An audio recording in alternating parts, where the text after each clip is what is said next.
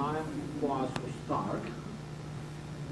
So today we have the seminar of our NanoMed Center series, which is also run together with School of Biology seminar. And our today's presenter is Dr. Matthew Torres, whom most of us do know. Matt has actually joined School of Biology last fall. He has received his PhD degree from University of North Carolina, working on mass spectrometry-based analysis of cell cycle, and then he also did his postdoctoral studies at University of North Carolina in a different lab, working on cell signaling. And he's actually now combining all those approaches in his own studies. So one of the reasons we have this seminar as a part of NanoMed series is because Matt is interested in joining Center for nanobiology of the micromolecular assembly disorders, and we usually ask people joining the center to present the seminar to the center and to the department. But I think it's also beneficial for all of us to listen to Matt's research. It would be, I'm sure, it's not that frequently that we actually listening to each other. I think we are listening to outside people more frequently than we listen to our colleagues. And I think it actually gives us an opportunity to learn more about what our colleagues and neighbors are doing. Matt? Thanks very much, Yuri. And thanks to NanoMed for inviting me to come speak today. And thank you all for showing up today. You didn't have to sit so far back, so I'm going to have to attack you. And of course, this is all being caught on film, so I'm stuck with whatever happens up here today. But I'm excited about that. So today, I'll just jump right into it. I want to talk to you about a lot of the work that I did as a postdoc and kind of weave you through that work and carry through with what we're trying to do in my lab now. And to give you a frame of mind about that type of research, I want to talk to you about networks in biology from the protein perspective. And talk about the scale of understanding that we try to approach in understanding cell systems from protein to proteome. And then I want to talk to you about specifically G protein signaling and how I'm trying to use G protein signaling in yeast as a model, in a sense, to understand how smaller networks of proteins interact with one another and how post-translational modifications of those proteins influence those interactions. So I'll start off talking about G protein signaling and specifically post-translational regulation of G proteins, identifying the modifiers. Then I'll move on and talk about, expand on that same topic and talk about how I'm using mass spectrometry to quantify post-translational modifications in these systems. And then finally discuss what we're on the cusp of doing in the near future, which is to detect dynamic interaction landscapes of these differentially modified proteins. So in 2010, there was a intern who worked at Facebook, and he did a very interesting experiment. And I opened this talk with something that's completely non-protein or biology related to describe his experiment, because I think it's relevant to the way we are trying to start to think about biology in terms of connections. So what he did was he gathered all of the global positioning system locations of all friends in Facebook. And he wrote an algorithm that would draw a line between every connection within that database of friends. Not a point at the position where the two people resided, but an actual connection between those two. He let the thing run. He came back, and he was astonished to see a map of the world generated completely by connections between individuals, but not by actual dots at specific positions where individuals are. I think it is it's a metaphor for what we're trying to do in biology. We're trying to understand how connections, how complicated systems can come together and emerge into life and function. Of course, that's a static image. Right? So friends in Facebook aren't always friends in Facebook. Friends become personally modified, so to speak. Those modifications can change their localization, their interactions, their activity, their stability. We're interested in the protein network, right? And what I'm showing here is the yeast protein interaction network generated by Mark Vidal at Harvard, where he used yeast 2 hybrid screens to identify all binary interactions within the yeast proteome. Of course, this is also a static picture. And in fact, that's a very dynamic system that is modulated by post-translational modifications of proteins. So you can have proteins X, Y, and Z that interact. In so interacting, they perform some function. And upon modification of one or more of those components, we change localization, interactions, activity, and stability, which alters the function of the original protein complex. This is a big problem, as we all know. It's challenging to try to think about life and biology in such a grand scheme. We know that the environment impacts the genome, impacts the proteome, and somehow all of these things come together and emerge into life, into cellular living organisms. And what we would really like to do is we'd say, you know, if we live in an ideal world, we'd be able to identify absolutely every protein, monitor every residue within every protein, monitor every modification that exists in every protein, and do that through any sort of kinetic experiment where we look over time and look at the dynamics. That's, of course, unrealistic. But what we do know are the components. We have a number of components that make up this network. We have some preliminary maps of how these components interact with one another. And one of the major hurdles in the next 20 years, I'll just say, is throw out a random number, is to understand the modifiers that modify these proteins, these components, realize the modifications and their dynamics on these proteins, and then try to understand how those changes affect what I call the interaction landscape of the protein, i.e. the subset of proteins that interact with the modified or unmodified or differentially modified protein. Of course, this is also dynamic. It can be affected by environment, cell cycle, other changes. So we have two very powerful tools that have been developed over many, many years at our fingertips to understand these processes. One is mass spectrometry. Mass spectrometry is a tool in which, whereby we can measure the mass of ionized particles. And in our case, we're talking about proteins or fragments of proteins. And it boasts very high sensitivity, very high accuracy, and it's also very precise. And so just to give you just a rough example, in my graduate lab, somebody measured the molecular weight of a protein called cytidine deaminase. And he was able to resolve cytidine deaminase bound to zinc and resolve that there was one water molecule also bound to that protein compared to cytidine deaminase without zinc. So we're talking about not like electrophoresis, where we look at a band and we say, oh yeah, it's plus or minus 10 to 15 Daltons or grams per mole.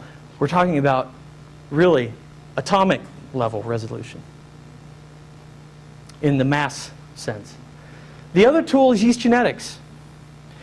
Yeast is an incredibly powerful genetic tool that's very well characterized. We have an entire genome sequence. Of course, genome sequencing is becoming more prominent, so we have genome sequences from a lot of organisms.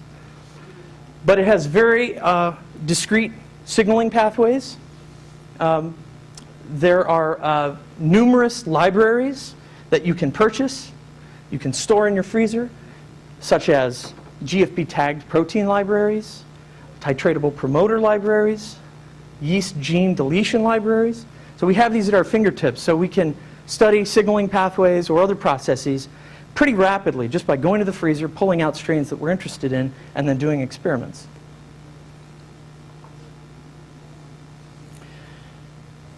And before I kick into the actual research that brought me here, I just want to mention this concept here. So there are multiple levels at which we can interrogate the question of protein dynamics and protein interactions. Most of the time what you'll see are studies at the proteome level.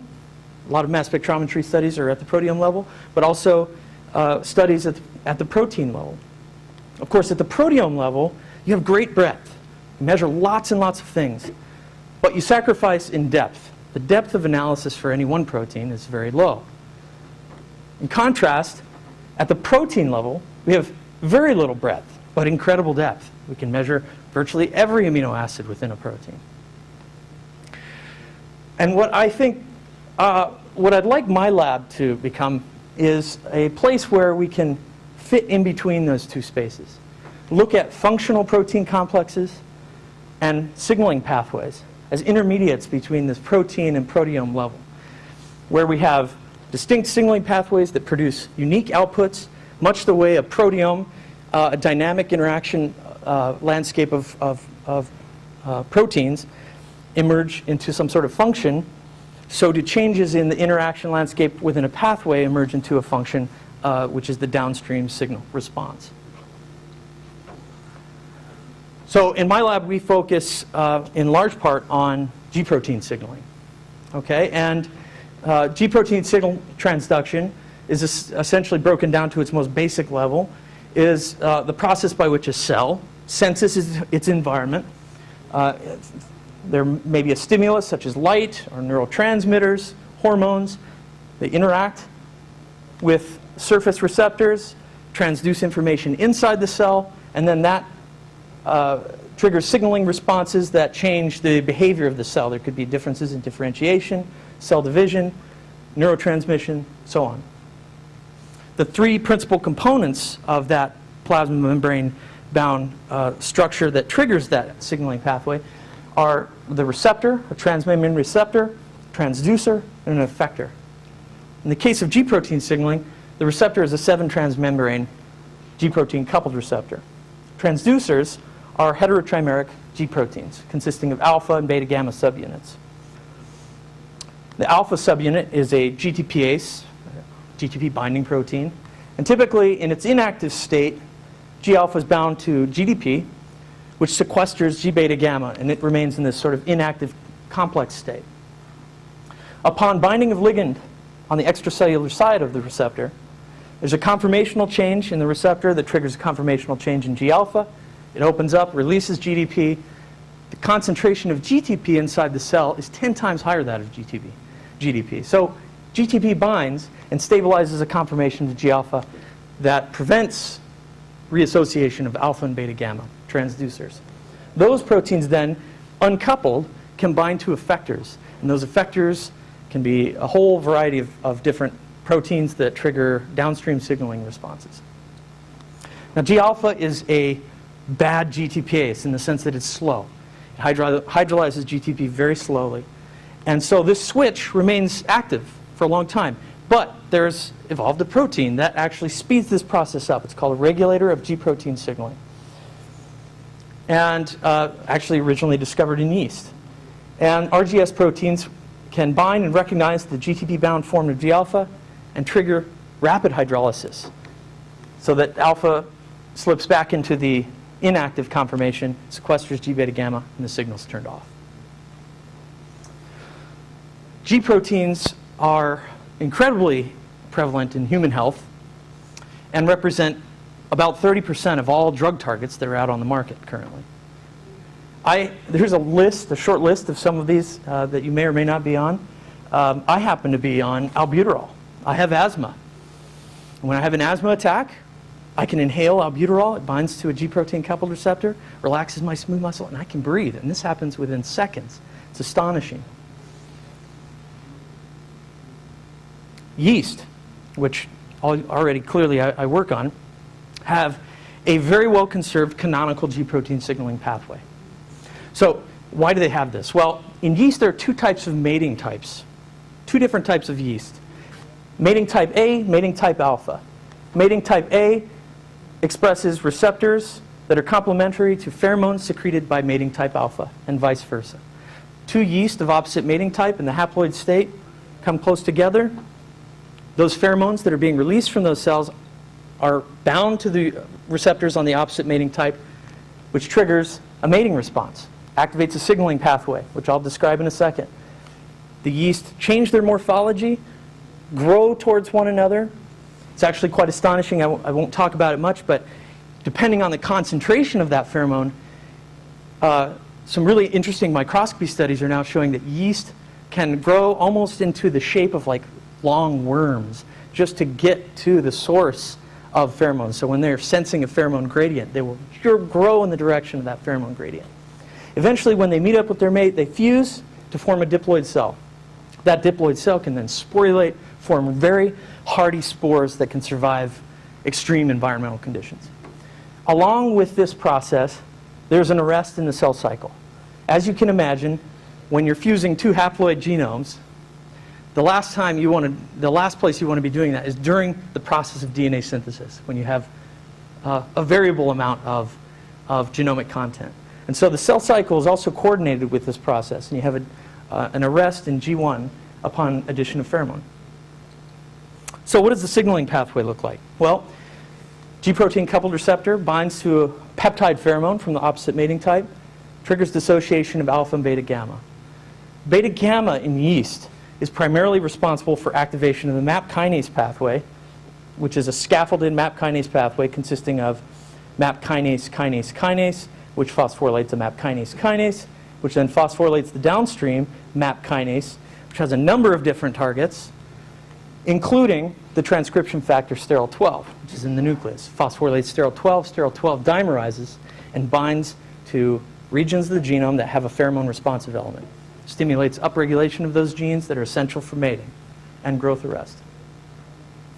And as I said, yeast is a very powerful tool for understanding these types of pathways, and in fact was really the organism that led to the discovery of all of these pathway components through yeast genetic screens.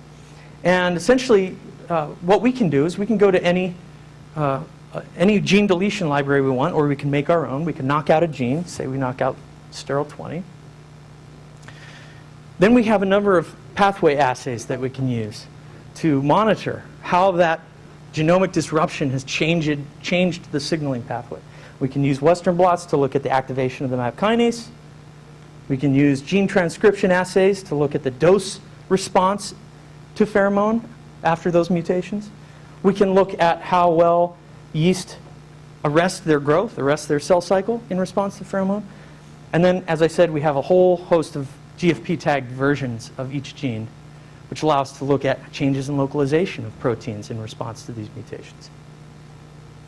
So what's emerging, and now we're moving more into really what my focus is that G-protein signal transduction is not just these groups of proteins that turn on and off, and that's all said and done. There's, in fact, a growing amount of data that suggests that there are a number of tertiary regulators that affect how these G-proteins function and perform their function and activate downstream pathways. Of course, the most predominant and probably the first of the list of mechanisms that was described was phosphorylation-mediated ubiquitination of G-protein coupled receptors in response to pheromone stimulation, which triggers an endocytosis event that leads to destruction of the receptor in a lysosome or vacuole in the yeast. But what's emerging is that the G-proteins themselves are actually also targets of post-translational modification. It's not just the receptor. Of course, for years and years, we've known that all G-alpha subunits are modified by N-terminal myristylation. That's absolutely critical for plasma membrane targeting. They're also modified by palmitylation. Not all of them, but many of them. And what I'm going to talk to you about today is my work in identifying modifiers that trigger phosphorylation and ubiquitination of G-proteins, which is this was actually previously really I won't say undiscovered, but it's unappreciated. And you'll see that I think this is a growing trend. And I'm going to use this diagram to sort of carry us through the rest of the talk. And so essentially what we're talking about at this point now are identifying the modifiers of G-alpha subunits using yeast genetics. Before I get into it any further, I just want to catch anybody up who's not up with ubiquitination. Ubiquitination is a critical process. It's absolutely essential for cell cycle and for a number of other processes in the cell. Essentially results in protein degradation. And the way it works is there are E1 activating enzymes in cells. These are very well conserved. So I can take a human E1 enzyme and actually react it with yeast E2 enzymes. E1 activating enzyme forms a high-energy thioester intermediate with the C-terminus of ubiquitin. E1 then interacts with an E2 conjugating enzyme, transfers the ubiquitin to the active cysteine of the E2. And then the E2, in complex with the E3, and coordination with the substrate, will either processively ubiquitinate a substrate on lysine target residues, or non-processively monoubiquitinate lysine residues within a target protein, leading to either proteasomal degradation or endocytosis and vacuolar degradation. And what's interesting about GPA1 is it represents one of very few proteins that happens to be both mono and polyubiquitinated. Others include, I believe, PCNA and also P53. And so we can, using yeast strains that are temperature sensitive and we can block proteasomal activation, we can enrich for the polyubiquitinated version of GPA1. And this is a Western blot of GPA1 using a GPA1 specific antibody. And we can also enrich the monoubiquitinated form of the G protein.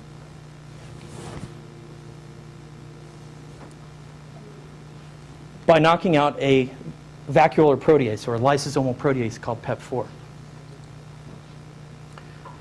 So the question that I have are, what are the modifiers? Are these two independent pathways? Are they modified by the same E3 ligase? And how is ubiquitination regulated? So the first part of the story really came from studies in looking at trafficking proteins that were trafficking the monoubiquitinated version of the G-alpha subunit to the vacuole.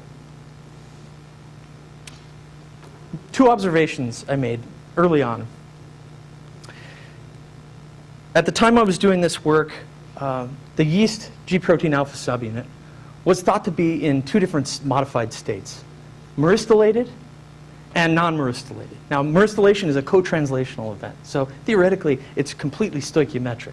You shouldn't have a partially myristylated protein. But a couple papers early on had suggested that there was a difference in the myristylation state of the G protein. So my first question was, well, maybe we're looking at two different populations of GPA1, and how does this affect the monoubiquitination status of the G protein? So what I did was I took wild-type cells and I took GPA1 and I mutated the myristylation site, the N-terminal glycine, to alanine.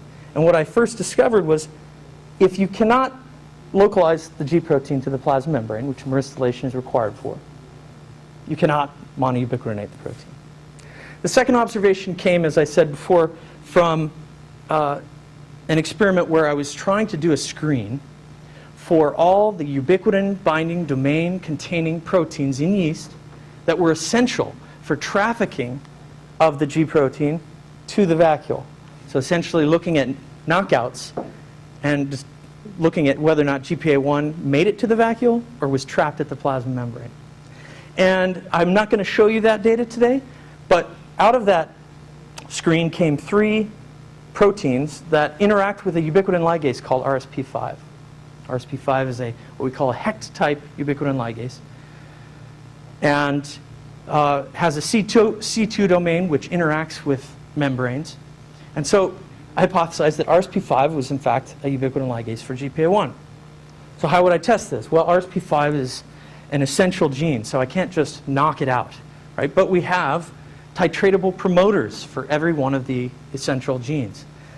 And in this titratable promoter system, we simply have to add doxycycline to yeast culture to inactivate the gene expression of any gene that has a TET-off promoter in front of it. So I took TET-off wild type and TET-off RSP5, and I added doxycycline, and I looked for differences in monoubiquitination. What I found was astonishing. Monoubiquitination was completely lost when RSP5 expression was knocked out. Interestingly, the amount of polyubiquitination increased dramatically. I think that's interesting, but we still don't understand why that's happening. So this suggested that RSP5 was necessary for monoubiquitination of GPA1. But the next question was, well, is it sufficient? Of course, we can knock out any gene. We can make any mutation we like. Just because we make it doesn't mean that we can make the connection between knocking it out and the function we're interested in. There could be a lot of things happening in between. So to test whether or not RSP5 was sufficient for GPA1 monoubiquitination, I purified yeast UBC5B, RSP5, GPA1 from yeast, and then used UBA1 from humans, the E1 from humans, and mixed those together to try to demonstrate that I could monoubiquitinate the G protein in vitro in the absence of any other factors. Okay? And so what you see here in lane 2 is really the positive end result of that process. If you mix GPA1 with RSP5 that's wild type E1 and the E2, monoubiquitination is clearly observed. If you mix in a tube the same components except RSP5 that's catalytically inactive, no monoubiquitination. So this suggests that RSP5 is not only necessary but also sufficient for monoubiquitination of the G protein. Well, the last question is then, if RSP5 is necessary and sufficient for monoubiquitination of the G protein, then theoretically, cells lacking RSP5 should not be able to translocate GPA1 from the plasma membrane to the vacuole. So again, going back to the TED-off strains, I monitored GPA1 GFP, looking specifically for vacuolar translocation of the G protein. And when RSP5 was knocked down, vacuolar staining was not observed. Essentially, GPA1 remains at the plasma membrane. And I'll just summarize here with this slide. So essentially now we've demonstrated that RSP5 is a monoubiquitin ligase for GPA1. And what I'm not going to have time to show you is that we also did some experiments, so I did, where we tested the hypothesis that the difference between a monoubiquitinated and polyubiquitinated version of GPA1 was dependent on the fold stability of the protein. And so we worked with Nikolai Dekolian at UNC, who predicted a number of destabilizing mutations that would theoretically destabilize the fold structure of the G protein. And then I looked at the amount of polyubiquitination that was incurred upon making those mutations versus monoubiquitination. And what I found was destabilized versions of GPA1 were polyubiquitinated, but monoubiquitination was unchanged. Hence the title here, GPA1 poly and monoubiquitination occur through distinct mechanisms. So that leaves the question, well, what's the other mechanism? And the answer to that question really came from my work simultaneously on understanding phosphorylation of the G protein. As I'd mentioned before, while I was doing this work, it had previously been thought that the G protein existed in two states, myristylated and non-myristylated. And anytime you run a Western blot, you would see two bands. And the bottom band, presumably the myristylated band, and there had been data 20 years back that had shown that this is the myristylated band. You could detect tritiated myristate in that position on a gel. And another paper came out and did some more work that suggested that this was myristylated in the top band of GPA1 in the Western blot was not. But I'd come from a lab where I studied phosphorylation. I was studying phosphorylation of proteins involved in the cell cycle. And I did a phosphatase experiment. And sure enough, phosphatase treatment of this protein results in loss of that mobility shift, suggesting to me that it was actually a phosphorylated, phosphorylation-specific band. Well, once we had this, essentially what we had was a case where we have a all-or-nothing sort of scenario that we could use to screen kinase gene deletions in the yeast library.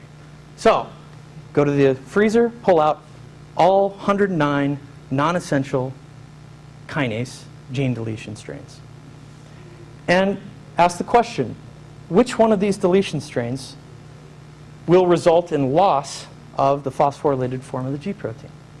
I do that screen, out of 109, one comes back. Only one actually had an effect on the mobility of GPA1. It's called elongation morphology 1, ELM1. And so this first experiment here shows that in wild-type cells you see the mobility shift, and ELM1 is knocked out, the mobility shift is lost, although not completely obliterated. It turns out there are some other kinases that are involved I won't be talking about here today. And if you rescue expression of ELM1 on a plasmid, you restore that mobility shift, suggesting that ELM1 does indeed phosphorylate GPA1, or is essential or necessary for phosphorylation. Like I did with the RSP5 experiment, I wanted to demonstrate whether or not this was sufficient. So I purified ELM1 out of yeast, purified recombinant GPA1 out of bacteria, and did an in vitro kinase assay to demonstrate that indeed ELM1 phosphorylates GPA1. If I delete the residues within the protein that are also essential for ubiquitination and contain that ubiquitination site, phosphorylation is dramatically diminished but not abolished. So this suggested that ELM1 was necessary and sufficient for phosphorylation of GPA1. Well, does it have any effect on signaling? Well, so I looked at wild-type cells compared to cells lacking ELM1 and conducted a beta-galactosidase dose-response assay. So let me just describe that here briefly. We have cells grown up to a specific concentration, and then we treat with different doses of pheromone, which the pheromone binds to the G protein coupled receptor and activates the pathway. Inside those cells, we have a plasmid that contains beta-galactosidase that is right in front of a pheromone responsive element. So as soon as we activate the pathway, we upregulate beta-galactosidase, and then we measure how much beta-galactosidase is present. And you can see that in a wild-type cell, this is the typical dose response, an EC50 of about 1 micromolar. In knocking out ELM1, the solid blue dots, you see a diminished maximum dose response, which is then rescued, the open blue circles, with expression of a wild-type version of ELM1, but not rescued by expression of the kinase dead version of ELM1. Interestingly enough, another student in the lab at the time was working on screening all the essential genes within yeast for effects on pheromone sensitivity. And he found very similar beta-gal results to what I had found with ELM1. SCF, by the way, is a ubiquitin ligase, not a hex type like RSP5, but a ring type ubiquitin ligase. And so he went on to show that SCF actually can polyubiquitinate GPA1. And so I hypothesized then, since SCF typically targets phosphorylated proteins, recruits phosphorylated proteins, that ELM1 was the trigger for this polyubiquitination event in vivo. And to test this, I simply go to the proteasome temperature-sensitive strain. If I block proteasomal activity, I should accumulate polyubiquitination of GPA1 unless the stimulus for that polyubiquitination is absent. And that's exactly what I found. So here this is again a GPA1 Western blot. We're looking at the polyubiquitination in the top region of the gel. In wild type, there's nothing, of course. In the temperature-sensitive strain, you see robust accumulation. Knock out ELM1, it's diminished. It's gone. Simultaneously, rescuing with wild-type ELM1 restores polyubiquitination, but rescuing with a plasmid that has the kinase inactive, it does not restore it. So the next question was, well, okay, we have a trigger for the polyubiquitination event, so how is this regulated? Well, turns out ELM1 is a cell cycle regulated protein. ELM1 had never been associated with any sort of cell signaling process like this. ELM1 is a kinase that phosphorylates septins and other proteins at the joint between the mother and daughter cell, called the bud neck, and is essential for cytokinesis. So it's rapidly degraded as soon as cells exit mitosis. So the hypothesis was this. Well, ELM1 is expressed primarily in S and G2M phases. SCF is active towards its substrates in late G1. Perhaps ELM1 phosphorylation in S and G2M leads to SCF-mediated ubiquitination in G1 phase. So to test this, I conducted arrest-release experiments using a microtubule polymerization inhibitor called nicotazole. So we can take nicotazole, add it to cell cultures. Nicotazole will prevent microtubules from polymerizing.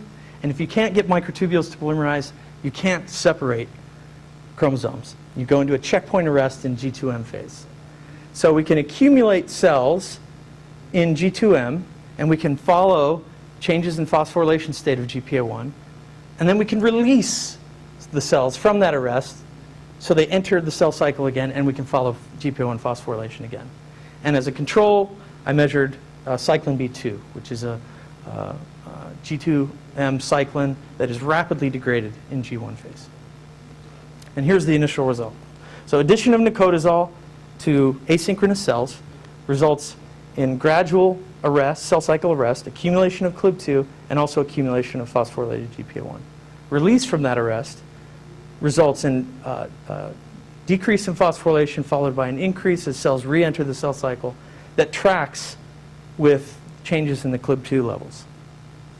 And then to hit the nail on the head again, I used another type of arresting agent called hydroxyurea, which prevents nucleotide synthesis and creates an S-phase arrest. And found the same types of tracking results between CLIB2 and GPA1 phosphorylation. So then the last question was really, okay, we have a kinase that phosphorylates the G protein in G2M phase. That phosphorylated protein is then a substrate for the SCF in the G1 phase. We should see accumulation of polyubiquitination in G1 phase. So looking at accumulation of polyubiquitination in cell cycle stages is very challenging, actually, because ubiquitination is so essential for progression through the cell cycle. And the way I did this was to use a copper-sensitive, copper-inducible version of ubiquitin called MIC-ubiquitin, in which case I add copper at specific times after I rest cells in G1, S, or M. That upregulates MIC-ubiquitin. MIC-ubiquitin can't be degraded by the 26S proteasome, so it starts to accumulate. And so you can measure the amount of accumulation of polyubiquitination of GPA1 in these different states. And you can see that it's much more elevated in G1 versus S and M. Okay, so just to wrap this part up and move on to the next section, after kind of going through all of this and identifying these modifiers, we still really didn't have a great feel for how ubiquitination was intimately involved in regulating G protein signaling. But what we did know was this. On the left side here, and this cartoon is actually based on real data. This is a dose-response curve. So if we have lots of G-alpha in the cell, if we accumulate G-alpha, GPA1, what we observe is a diminished dose response. If we titrate out G-alpha from the cell, we increase the basal signaling in a dose response curve. That basal signaling is signaling in the absence of pheromone. And so essentially what I think we've tapped into is post-translational modification mediated regulation of subunit stoichiometry. Right? So essentially post-translational modification that is coordinating the stoichiometry of this complex, which plays a critical role in how it becomes activated. This complex, remember, is activated when it dissociates, is deactivated when alpha reassociates with beta gamma. If we play with the stoichiometry of those proteins, we necessarily affect the signaling response. And so this process may be a mechanism by which cells have evolved to prime their system for being very sensitive to mating pheromone in G1 phase, but not in S and G2M phases. And then the last summary slide is to just try to take you back to where we were before we started, which is we knew that GPA1 was ubiquitinated, both mono and poly,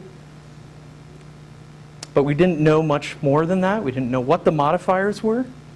And so after this work, really we've filled out much more of that process and that pathway, and we now know many of the modifiers that result in these different modifications and how they're coordinated with the cell cycle. So next I want to move on to the next question, which is quantifying the modifications. We've moved on from the modifiers, now we're moving on to the modifications. Well, at the time that I was doing this work, there was a paper that came out that was a proteome-wide screen of phosphorylated proteins in cells treated with pheromone, yeast cells. That was it. There was no absence of pheromone plus pheromone. It was just pheromone. And they happened to identify a phosphorylation site, serine 200, within the protein. And while a lot of this work was going on, I mutated that site. And interestingly enough, mutation of serine 200 to alanine abrogated the mobility shift. Whoa, check it out. And mutating it to glutamate replicated the mobility shift. Interestingly enough, mutation of several other sites in the protein had no effect on the mobility shift. So this is just sort of an aside. I'm still very astonished by this response. What we're talking about is mutation of a single amino acid residue having a distinct effect on mobility, even though this is a denaturing STS page gel. So it's kind of surprising. But unfortunately, serine 200 mutation alone didn't have any strong effect on pheromone activity. So I went and I did a targeted MS experiment where I purified GPA1 out of yeast and characterized phosphorylation sites across the entire protein. And I identified 14 different sites. But the real question we have is not just are there sites, but how are these sites regulated? And the way that we can sort of approach that problem is to understand when are they dynamic? When do they change and what patterns do they change? And so to do that type of experiment, I used a method called stable isotope labeling with amino acids in cell culture, or SILAC. And in SILAC, we grow cells, in this case, in two different conditions. So condition one, where we use, instead of, so in condition one, we use normal lysine. We incorporate normal lysine into the media. And by the way, these cells are auxotrophic for lysine, so they can't produce their own lysine. They survive on what you put into the culture. So in condition one, we have light lysine. In condition two, we provide stable isotope labeled lysine, which is heavier by 8 Daltons for every lysine in every protein in the cell. We grow these cells, and in this case,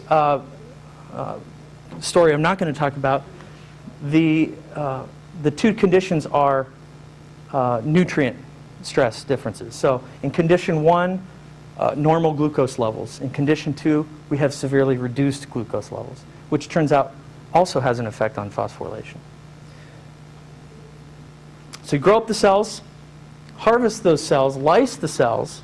Now every protein from each one of these conditions is different in mass per lysine by 8 Daltons.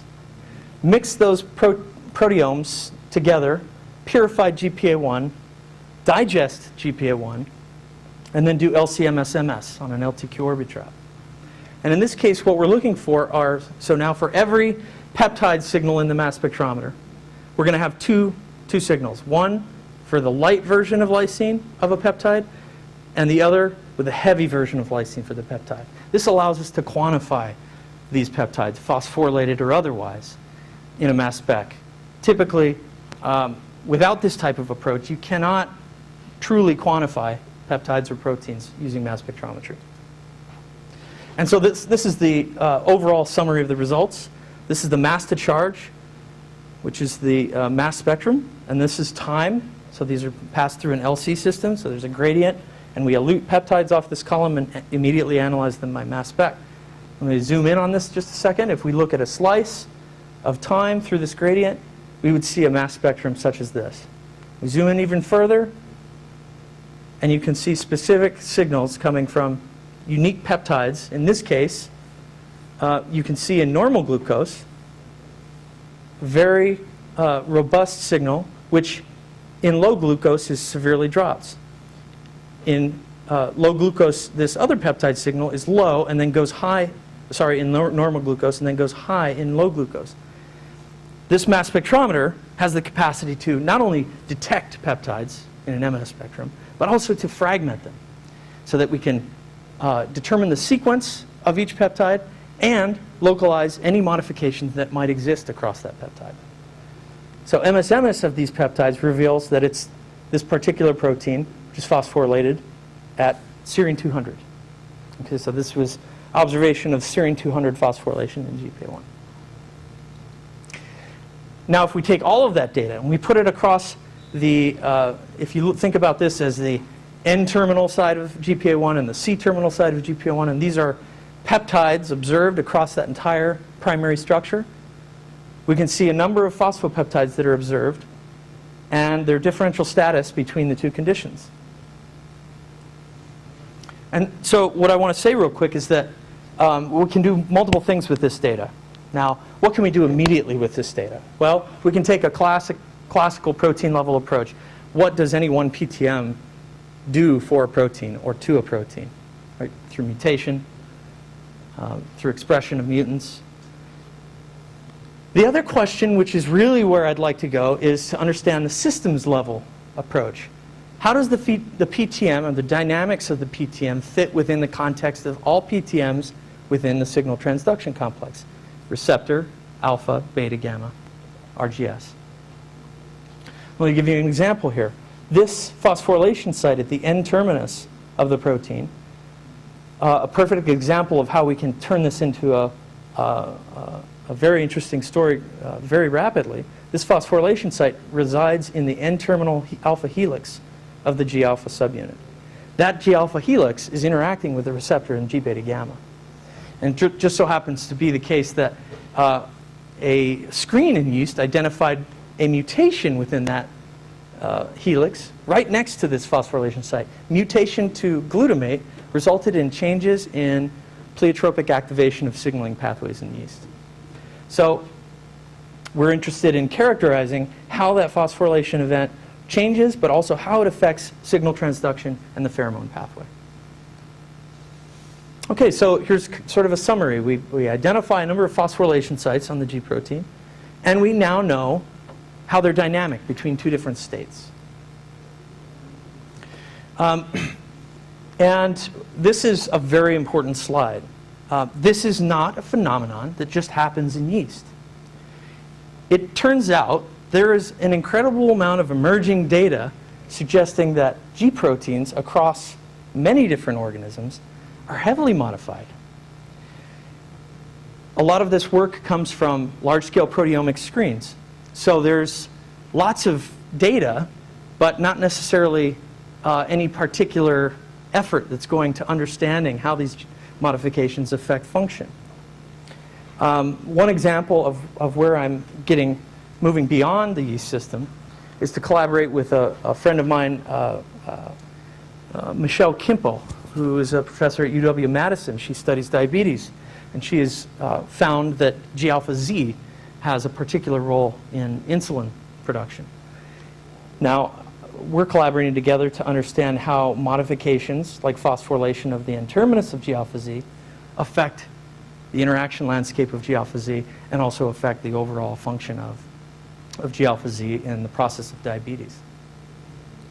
So the last part of the talk, which will go quickly, hang on tight, it's 3:50. So now we get onto that third question, which is we've identified modifiers, we've identified a number of modifications. Now how can we get at this question of how do modifications affect the interaction landscape of these different proteins? How is a protein different? How is it perceived by the rest of the proteome when it's modified versus not? That's a tough question to ask, especially because most cases, post-translational modifications are very low stoichiometry. So how do you actually determine whether or not you have a change in the interaction landscape for a modified protein? And this applies to any protein, not just G proteins, any protein that's modified. Well, that's actually something that I'm interested in. I'd like to know how is it possible, or how do the interaction landscapes of the different modified states of a G protein or other signaling protein of interest, how do those landscapes change? And the intention is to, or at least one of the initial ideas is, well, let's introduce a tag onto the G protein. Let's perform immunoprecipitation of the G protein and identify components that differentially interact with different modified states of the G protein. Wow. Well, that's easier said than done. Except, there happens to be now a way to create stoichiometrically phosphorylated protein. To express stoichiometrically phosphorylated protein. Reinhardt and Sol at Yale published in 2011 in Science this approach where they use a unique tRNA synthetase that will incorporate phosphoserine into any protein that has an amber stop codon placed wherever you want that phosphoserine to be located. So you can express a protein. So for instance, I might express GPA1 with an N-terminal phosphate, phosphoserine. So serine 30 would then be stoichiometrically phosphorylated. For every protein I pulled out, there would be a phosphate at serine 30. Well, I could go beyond that. I could do one phosphorylation site. I could do multiple phosphorylation sites. I could do combinations. And then I can look and use these as bait in and use mass spectrometry as an identification tool to reveal changes in the interaction landscape that are accompanying changes in the phosphorylation state of the protein. Now that's just for phosphorylation. Can't really do that yet for ubiquitination. But it's a step in the right direction. The other thing we can ask about this is, how do these modifications affect activity? So I can use the phosphorylated protein as bait, but I could also study how these modifications affect its catalytic activity.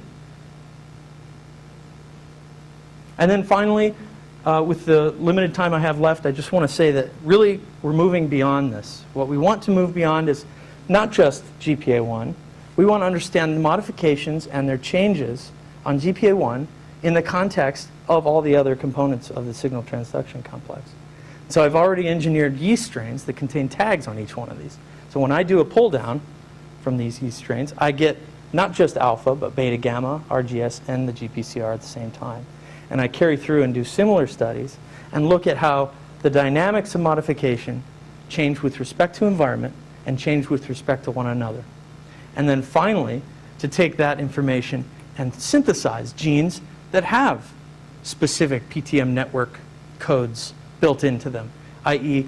block some of the modifications from occurring across the entire complex, and then study how this affects signal transduction and pathway activation. So with that, I'd just like to thank mentors and key helpers at UNC. David Smalley runs the proteomics facility at UNC. He was instrumental in the later stages of my career there. Henrik Dolman, my advisor. Sarah Clement was a grad student that helped me out with the screen for the kinases.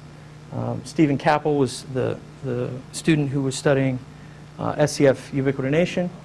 Christoph Borchers is my mentor from graduate school and taught me everything I know about mass spectrometry. And then finally, thank you again for sticking around. Thanks to NanoMat for having me.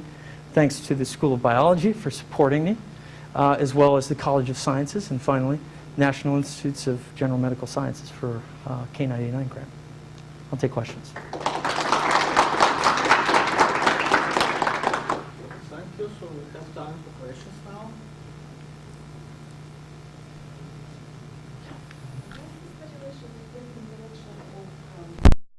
Alpha subunits with beta gamma subunit? It depends on what the phosphorylation site is. So the phosphorylation site in the N-terminal helix, it will definitely affect the interaction. We already have evidence that mutation of a residue, I can't remember what residue, just maybe 2 residues down from serine 30 in the N-terminal helix, mutation of that residue to glutamate, which is essentially a phospholipid, if you will, affects the interaction between the 2 alpha and beta gamma subunits, but interestingly, also affects, doesn't affect MAP kinase pathway activation, but does affect polarization in a pheromone gradient. So we could be looking at a post-translational modification that actually behaves as somewhat of a switch that regulates the pleiotropic signaling of the pathway. Are there any advances for ubiquitination? The name is for phosphorylation. You mean events in terms of like stoichiometrically producing one? Well, no, not currently for ubiquitination. I have, my original intention was to do the same thing, but to generate the ubiquitinated form of the protein myself using purified RSP5 in vitro, but that's a very challenging experiment. And the amount of protein that you get back is probably too low at this point to do it realistically. This approach for creating stoichiometrically phosphorylated G protein is, if you haven't heard of it already, it's going to take off like crazy. There have been some preliminary experiments with MAP kinases where people have just looked at how does it affect kinase activity. These MAP kinases are activated by phosphorylation. So you can create a stoichiometrically version of the MAP kinase and study how it affects its substrate target. But yeah, I think eventually, we might get there. Acetylation, other modifications. It's incredibly powerful to be able to create a protein that's stoichiometrically post-translationally modified. So I think we have the capacity to take that and convert it into very interesting and useful information about interaction landscapes and how they change.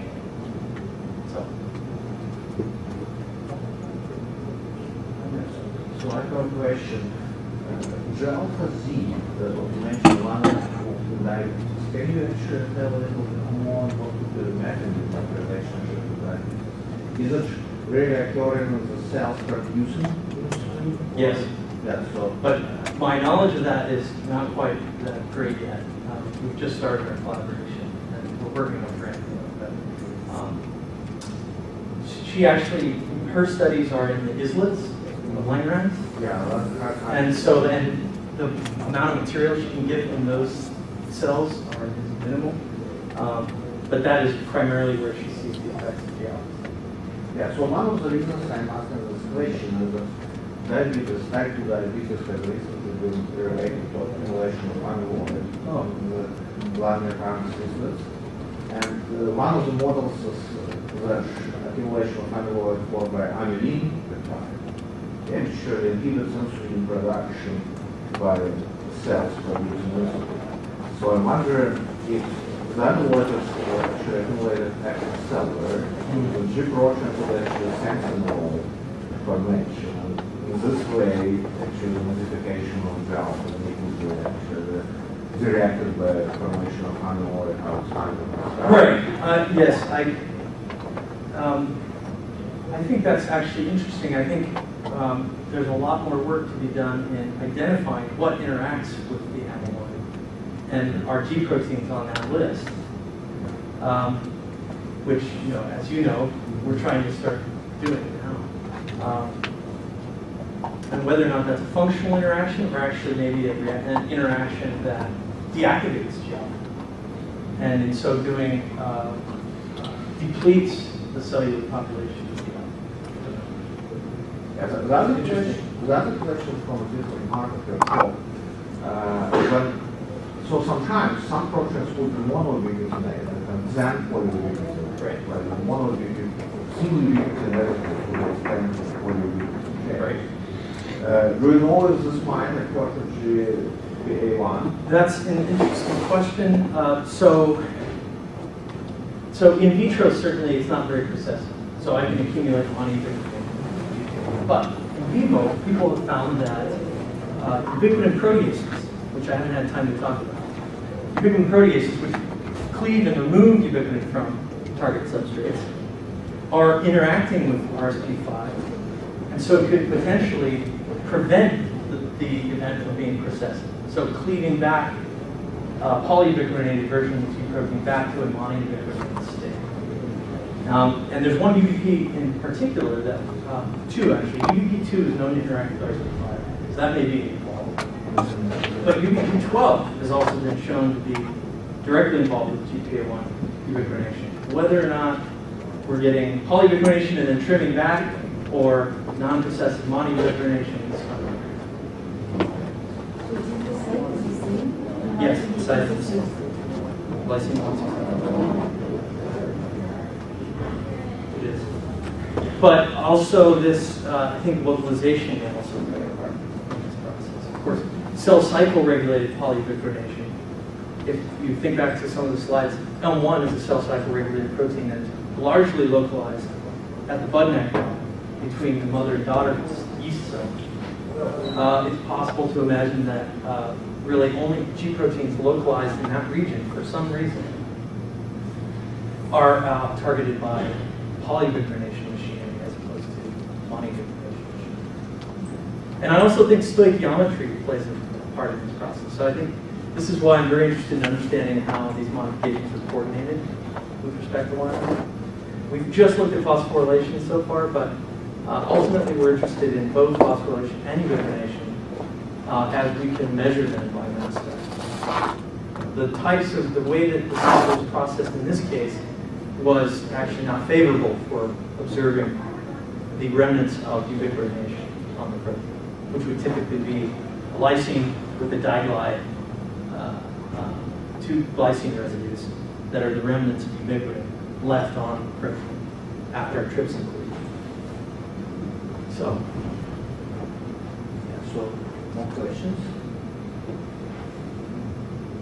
If we don't have more questions, so one last question I want to ask, just for my better understanding. okay. So, according to your model, the phosphorylated form of Gpal is more efficient to polyubiquitinated, right? Right. And then you expect it should be more unstable. Yes, presumably. Is this assumption correct? Yeah. So, did you actually see that this is more stable if you look at the degradation? So if you knock out L1 and you look at stability of GPA1 just by Western blot, you can see it's stabilized in the absence of L1. Okay. Yeah. It's more rapidly degraded in the presence of L1, stabilized in the absence of L1. And this is all done on haploid cells, right? This is all done in haploid What cells. is happening to GPA1 and diploids? There is no pheromone response. Right, there's no pheromone response because all of the pheromone, well, not all, but many of the pheromone pathway components are degraded. At some point between fusion of two haploids, formation of diploid, pheromone pathway components, there's a list, and like 10 of them, or maybe more, degraded, completely obliterated, thereby inactivating any pheromone response from diploid cells for obvious reasons. And actually, there was a real nice mass spec experiment that showed that used the pheromone pathway as a model, and this is from Matthias Mann's lab, it was a Nature paper 5 years ago, where he looked at the differential abundance of proteins in haploid versus diploid cells. And of course, the pheromone pathway was riddled with proteins that had been completely knocked out. Now, presumably, that process is ubiquitination mediated, but you have to understand that you have to capture cells at the point of fusion, but not so far along it, without disrupting the process at the same time. So nobody's really looked into how those proteins are eliminated from the Is cell. GPA1 also degraded? Yes. GPA1 is not present in diploid cells. Okay, all right. So I might have some thoughts about how to take the process, but that will be more clinical discussion. Okay, we don't have any more questions. We should thank our presenters.